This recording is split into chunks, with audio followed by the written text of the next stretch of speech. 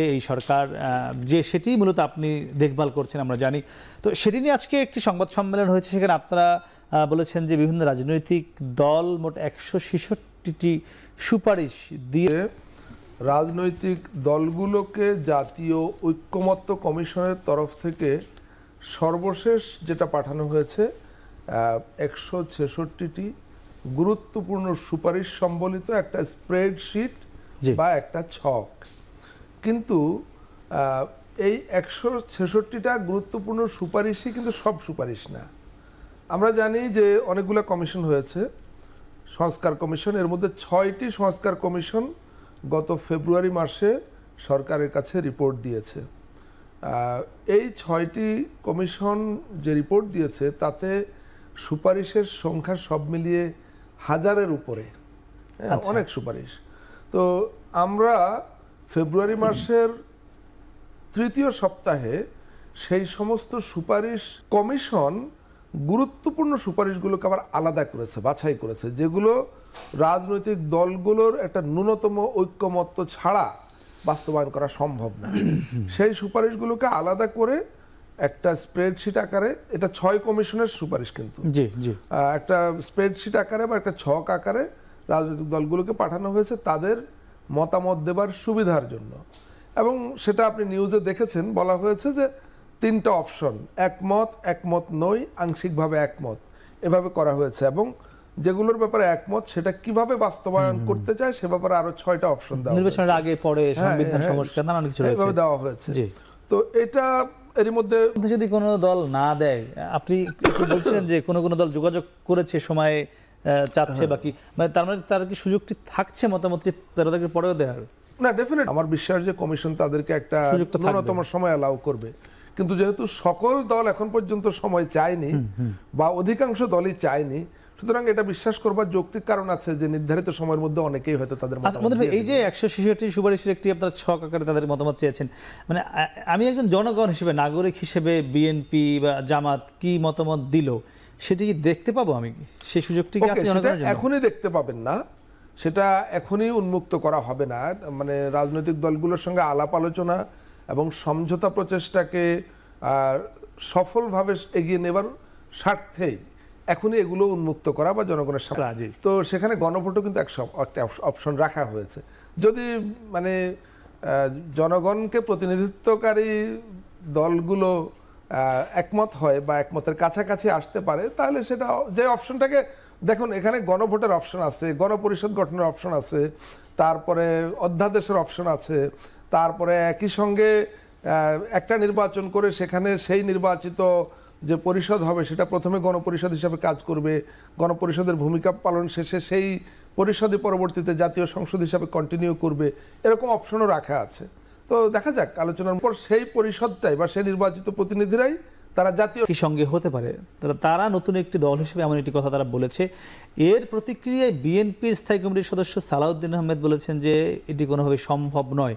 তিনি স্পষ্ট অসহযোগিতা করে, তখন কি করবেন আপনারা? না, আমি সত্যি কথা বলতে আমি অসহযোগিতার কোনো লক্ষণ দেখিনি। আর আপনি ভিন্ন মত বা মতদ্বৈধতার কথা বললেন, তো এটা তো খুবই স্বাভাবিক। একটা রাজনৈতিক শক্তি বা দল তারা গণপরিষদ চাইতে পারে, মানে অরাজনৈতিক কোনো গ্রুপও চাইতে পারে, আবার আরেকটা পক্ষ মনে করতে পারে যে না, গণপরিষদের দরকার নাই। এই যে চাওয়া, নিজেদের সংস্কার করা দরকার, আপনারা কি একমত? তারা বলবে হ্যাঁ একমত, কোনোদিনই বলবে না যে। আরেকটি কথা রয়েছে বা আমরা যদি জানতেও চাই আপনার কাছে, মানে সংস্কারের নামে নির্বাচন বিলম্বিত করার একটি প্রচেষ্টা আছে কিনা, এটি দুই একটি দল বলে আর কি। আপনার কাছে কি মনে হয়? আমাদের কোনো প্রধান উপদেষ্টা নির্বাচনের সম্ভাব্য একটা সময়ের ব্যাপারে বলেছেন যে ডিসেম্বরে হতে পারে, বারবারই বলেছেন। এখন মাননীয় প্রধান উপদেষ্টা প্রফেসর মোহাম্মদ ইউনূস তিনি কেমন মানুষ, এটা আমি মনির হায়দার বা আপনি রাকিব আপনার আমাদের ক্ষতিগ্রস্ত বা বাধাগ্রস্ত হবে না। আমি ব্যক্তিগতভাবে দেখতে পাচ্ছি তার কথার মধ্যে কোনো রকম অমিল নেই। তিনি যেভাবে বলছেন সেভাবেই সবকিছু চলছে। পূর্ণ স্বাধীন কমিশন করে দেওয়া হয়েছে। যাদের সরকার যেটা করেছে, যাদেরকে এই সম্পর্কিত বিশেষজ্ঞ মনে করেছে তাদের সমন্বয়ে কমিশন করে দিয়েছে। এখন কমিশন রিপোর্ট দিয়েছে, রিপোর্টে অনেকগুলো সুপারিশ আছে। এখন পর্যন্ত কি মাননীয় প্রধান উপদেষ্টা বা তার সরকারের কেউ কি বলেছে এই কমিশন এটা কি রিপোর্ট দিল? সমস্ত সুপারিশ বাস্তবায়নে রাজনৈতিক দলের মতামত ছাড়া হবে না। ধরেন কিছু সুপারিশ আছে, পার্থক্যটা কিভাবে করা হয়েছে। কিছু সুপারিশ আছে যে ধরেন পুলিশের মাঠ পর্যায়ের কর্মকর্তাদের জন্য অবকাঠামো বানানো দরকার।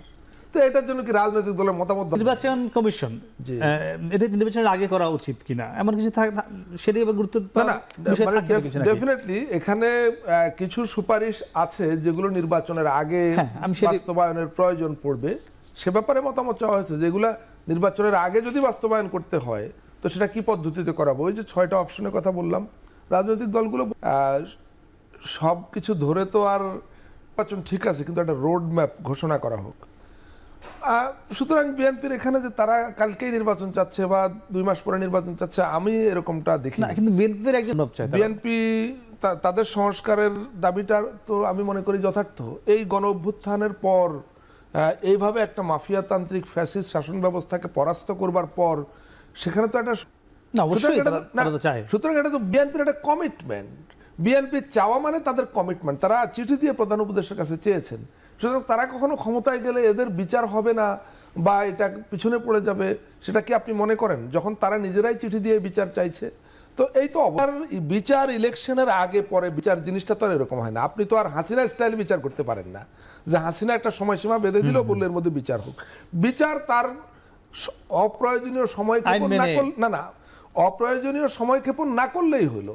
এরপরে আইন অনুযায়ী বিচার প্রক্রিয়া স্বাভাবিকভাবে চলবে। এটা তো আর বছরের পর বছর ধরে চলতে পারে না।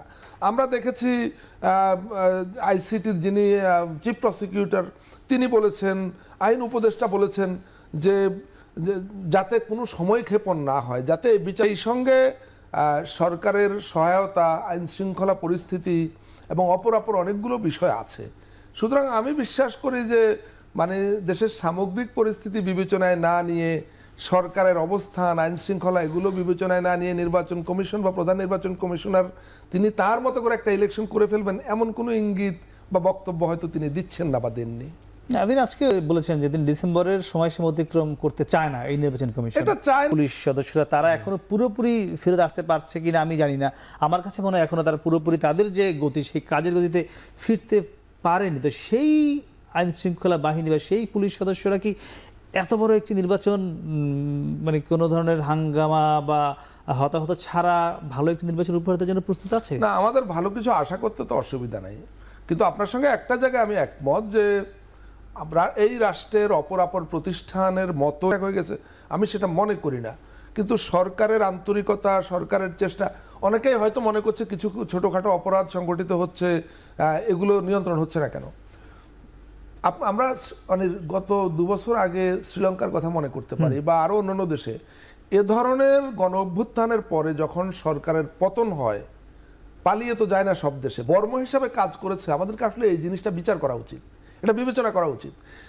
আমরা এখন যেটুকু বিপর্যয়ের মধ্যে আছি বা কাটিয়ে ওঠার চেষ্টা করছি, আমাদের সামনে এর চাইতে ভয়াবহ পরিস্থিতি হতে পারত আমাদের ক্ষেত্রে, বিশেষ করে এই 5ই আগস্টের অভ্যুত্থানের পর। কিন্তু এখানে প্রফেসর মোহাম্মদ ইউনূসের মতো একজন মানুষ যখন এই সরকারের প্রধান হয়েছেন, বহু ষড়যন্ত্র অটোমেটিক্যালি নিউট্রালাইজ হয়ে গেছে। সেটা কি আন্তর্জাতিক নাকি অভ্যন্তরীণ? দেশি বিদেশি বহু ষড়যন্ত্র নিষ্ক্রিয় হয়ে গেছে, কোনো কাজে লাগেনি। ইউনূসকে জঙ্গি বানিয়ে দিতে পারে না, দুনিয়াবাসী এটা গ্রহণ করবে না।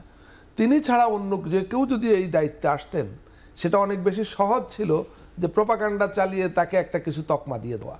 তো এটা আমি বিশ্বাস করি বাংলাদেশের বেশিরভাগ মানুষ বুঝে।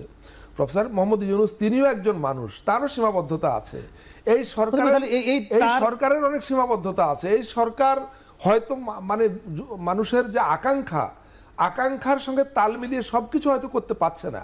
কিন্তু আমি ব্যক্তিগতভাবে মনে করি যে গত 7 মাসে এই সরকার আইন শৃঙ্খলা পুনরুদ্ধার, অর্থনীতি পুনরুদ্ধার থেকে শুরু করে সামাজিক শৃঙ্খলা পুনরুদ্ধার, সকল ক্ষেত্রে যেই দক্ষতা এবং অত্যন্ত ঠান্ডা মাথায় এ ব্যাপারে আমি আসলে কথা বলার জায়গায় নেই। এটা এখানে সরকারের প্রফেসর মোহাম্মদ ইউনূসের সরকার, মাননীয় প্রধান উপদেষ্টা, তিনি মানেই রাষ্ট্র না, আবার রাষ্ট্র মানেই তিনি না। তার মানেই রাষ্ট্র না, রাষ্ট্র মানেই তিনি না। আর আমি তো খুবই ক্ষুদ্রাতি ক্ষুদ্র, সুতরাং আমাকে ওইভাবে বলার বা আমি সেই ধরনের কোনো অবস্থান নিয়ে বক্তব্য দেওয়ার আমার মনে হয় ঠিক হবে না। আচ্ছা, দেখছি একদিকে খুন বেড়েছে, আমরা যখন কথা বলছি ঠিক কিছুক্ষণ আগে রাজধানীর একটি সরকারি কলেজের একজন উপাধ্যক্ষ তার নিজ বাসায় খুন হয়েছেন। আমরা আপনার সঙ্গে যখন কথা বলছি তার ঠিক কিছুক্ষণ আগে ঢাকার